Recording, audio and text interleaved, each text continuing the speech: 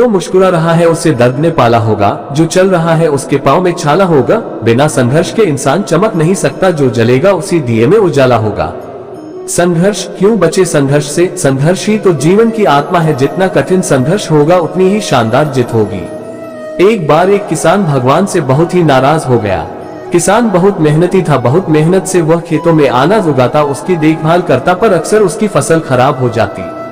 कभी सूखा पड़ जाता, कभी बाढ़ आ जाती, कभी तेज धूप, कभी आंधी, कोई न कोई कारण बन ही जाता कि उसकी फसल खराब हो जाती। एक दिन वह किसान गुस्से में आसमान की ओर देखकर भगवान से कहा, हे ईश्वर, आपको लोग सर्वज्ञता मानते हैं कि आप सब जानते हैं, कहते हैं कि आपके इच्छा के बिना एक भी पत्ता नहीं हिलता, पर मुझे तो लगता है कि आप छोटी सी छोटी बात भी नहीं जानते। आपको तो ये भी नहीं पता कि खेती बाड़ी कैसे करते हैं। अगर आप जानते होते तो हर समय जो बाढ़, आंधी और तूफान आते हैं वो कभी नहीं आते। आप नहीं जानते कि कितना नुकसान उठाना पड़ता है हम किसानों को। यदि आप मेरे हाथ में यह शक्ति दे दे कि जैसा मैं चाहूँ वैसा मैं मौज कर दूं, फिर आप देखना मैं अन्य के भंडार लगा दूंगा। भगवान इस किसान के तीखे वाक्य सुनकर मुस्कुरा रहे थे और वह किसान के सामने प्रकट होकर बोले, मैं आज से तुझे यह शक्ति देता हूँ कि तुम अपनी खेतों पर तुम्हारी जैसी इच्छा ही तुम वैसा मौज कर दोगे। मैं बिल्कुल भी दखल नहीं दूंगा, तुम्हारी इच्छा से सब कुछ होगा। किसान बहुत खुश हो गया। किसान ने गेहूं की फसल अपनी खेतों में बोई। जब उसे लगा कि खेतों को धूप चाहिए तो खेतों को धूप मिले, जब पानी बरसना चाहिए तभी पानी बरसा। आंधी, तूफान, बाढ़ कुछ भी उसने अपने खेतों पर आने नहीं दिया। किसान के खेत में इस वर्ष ऐसी फसल हुई जैसी कभी नहीं हुई थी। हरी भरी लहलहाती फसल। मन ही मन वह बहुत खुश हो गया और सोचने लगा, अब सबूत के साथ दिखाऊंगा भगवान को कि इसे कहते हैं शक्ति का सही उपयोग। मेरी सफलता देखकर उन्हें अपने नियम जरूर बदलने पड़ेंगे। कुछ दिन गुजरे, फसल कटने को तैयार हो गए।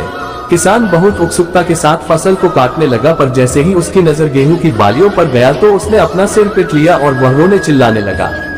गेहूं की एक भी बाली के अंदर गेहूं का दाना नहीं था, सारी बालियां अंदर से खाली थी।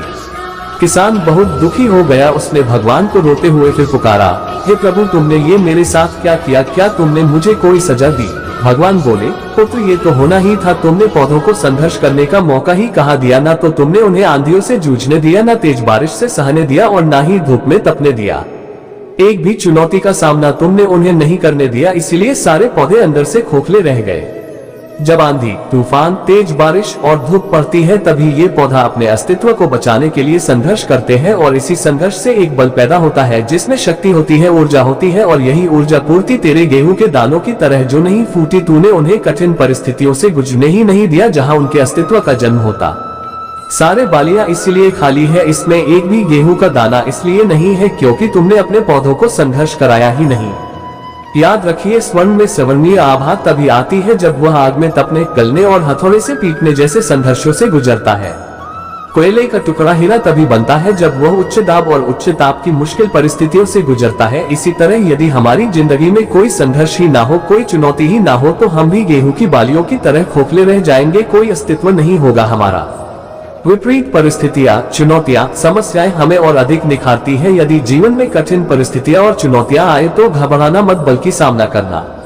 विश्वास करना कि आप और अधिक निखर जाओगे और अधिक मजबूत बन जाओगे। किसी ने कितना सही कहा है, जिंदगी जीना आसान नहीं होता, बिना संघर्ष कोई महान नहीं होता। जब तक न पड़े हथौड़े की चोट तब तक पत्थर भी भगवान नहीं होता।